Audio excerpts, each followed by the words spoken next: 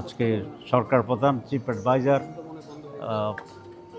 Nobel laureate doctor Mohammad Yunus যে বক্তব্য দিয়েছেন এটা খুবই ওয়ান্ডারফুল এবং আমি তো মনে করি যদি বক্তৃতা প্রতিযোগিতার রেজাল্ট হইতো তো উনি নিঃসন্দেহে এক ধরনের গোল্ড মেডেল পাইতেন জাতিসংঘের পক্ষ থেকে।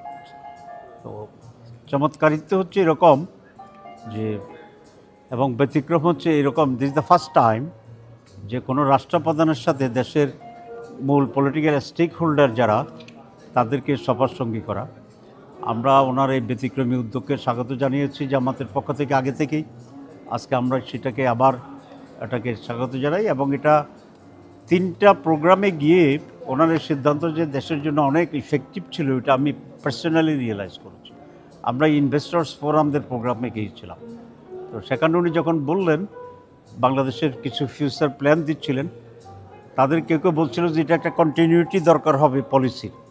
তো সাথে সাথে উনি বললেন যে আমরা যারা আউটগোয়িং রাষ্ট্রের পরিচালক যারা আছি আর যারা ইনকামিং আছে তারা সকলে আমরা এখানে আছি। তো এটার পরে দেখলাম যে ইনভেস্টরদের ভিতরে এক ধরনের হাসি বা কনফিডেন্স সেখানে দেখা করছে।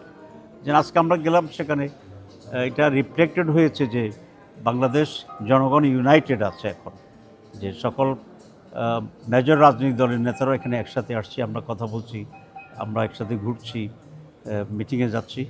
এটা দেশের মানুষের জন্য নিঃসন্দেহে একটা পজিটিভ বার্তা হবে, যেখানে রাজনৈতিক দলগুলো গত 15 বছর একে অন্যের চেহারা দেখতে পারত না। Now we are flying together, eating together, sitting together, discussing together. It's a very good impression I think.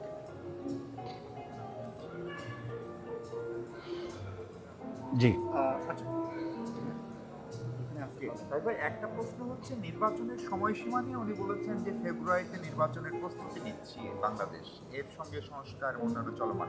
এই বক্তব্যে আপনারা সন্তুষ্ট নাকি এটা আরো একটু স্পষ্ট হওয়া দরকার ছিল নাকি ঠিক আছে আপনারা কি মনে করেন? না, আমি মনে করি যে ফেব্রুয়ারি নির্বাচনের তো একটা টেন্টেটিভ তারিখ কিন্তু ঘোষণা করেছেন, আমরা সকলেই এর সাথে একমত। আমরাও নির্বাচন ফেব্রুয়ারিতে করার জন্য প্রস্তুতি নিচ্ছি উইথ আওয়ার হাম্বল এফার্টস আমাদের যেটা আছে। কিন্তু আমরা এটা বলেছি যে নির্বাচন ফেব্রুয়ারিতে করার ব্যাপারে তো কোনো আপত্তি নেই, কিন্তু তার আগে কিছু বিষয় আছে গুরুত্বপূর্ণ যেগুলোকে সলভ করা দরকার। যেমন জুলাই চার্টার যেটা, তো জুলাই চার্টার তো আমরা একমত হয়েছি কয়েক মাস ধরে কাজ করি, কিন্তু এটা যদি বাস্তবায়ন না হয় তাহলে একমত হওয়ার তো আর কোনো এখানে কোনো বেনিফিট নেই। আমি দেশে প্রায় বলতাম যে ইমানের 3 অংশ, মুখে স্বীকার করা, হৃদয় ধারণ করা, বাস্তবে রূপান্তরিত করা। আমাদের জুলাই চার্টারেরও 3 অংশ, এক হচ্ছে ঐকমত্য পোষণ করা, আইনি ভিত্তি দেওয়া, আর তার ভিত্তিতে আগামী নির্বাচন অনুষ্ঠান করা। একটা হয়েছে, আমরা একমত হয়েছি, বাকি 2টা বাকি আছে। তো ইমানের বাকি অংশটা পূরণ হওয়ার কথা আমরা বলতেছি। কিন্তু ওনার জাতিসংঘে যে বক্তব্য সেটাতে কি তাহলে আপনারা অ্যাকসেপ্ট করছেন? Are you okay with that or আপনারা মনে করেন এটা আরেকটু স্পষ্ট? না, আমরা তো উনি জাতিসংঘে যে বক্তব্য দিয়েছে, যে সমস্ত নির্বাচনের যে কথা বলছে এর সাথে দ্বিমত পোষণ করার কোনো কারণ আমরা দেখছি না। কিন্তু আমরা বলেছি উনি তো ডিটেলস কথা বলেন নাই, ফেব্রুয়ারি ইলেকশন ওইটা বলেছে, তো এর সাথে আমরা দ্বিমত পোষণ করি না। কিন্তু আমরা যেটা বলেছি যে নির্বাচনের জন্যে 3টা বিষয় খুবই গুরুত্বপূর্ণ।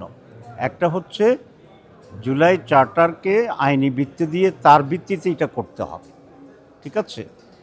আপনি ধরেন একটা ট্রেনের টিকিট কাটছেন, চিটাং যাবেন, আপনার বাড়ি 10 মাইল দূরে।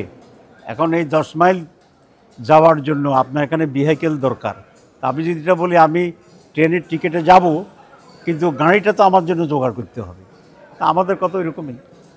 পিআর পদ্ধতি নিয়ে আপনারা কি এখন আগের অবস্থানে অটুট আছেন? মানে নিম্নকক্ষ উচ্চকক্ষ দুই জায়গায় পিআর চান? জি, আমরা 2 কক্ষেই পিআর চাচ্ছি। আপনারা জানেন যে ঐকমত্য কমিশনে 31টা দল আমরা ছিলাম, এর ভিতরে 25টা দল পিআরের পক্ষে, কিন্তু একটা কোয়ালিটেটিভ ডিফারেন্স ছিল। অনেকে আপার হাউসে পিআরের পক্ষে, আর অনেকে আপার এবং লোয়ার হাউস দুইটাতে পিআরের পক্ষে, কিন্তু পিআর চায় 31-এ 25 জন। তো সেজন্য আমরা পিআর চাচ্ছি।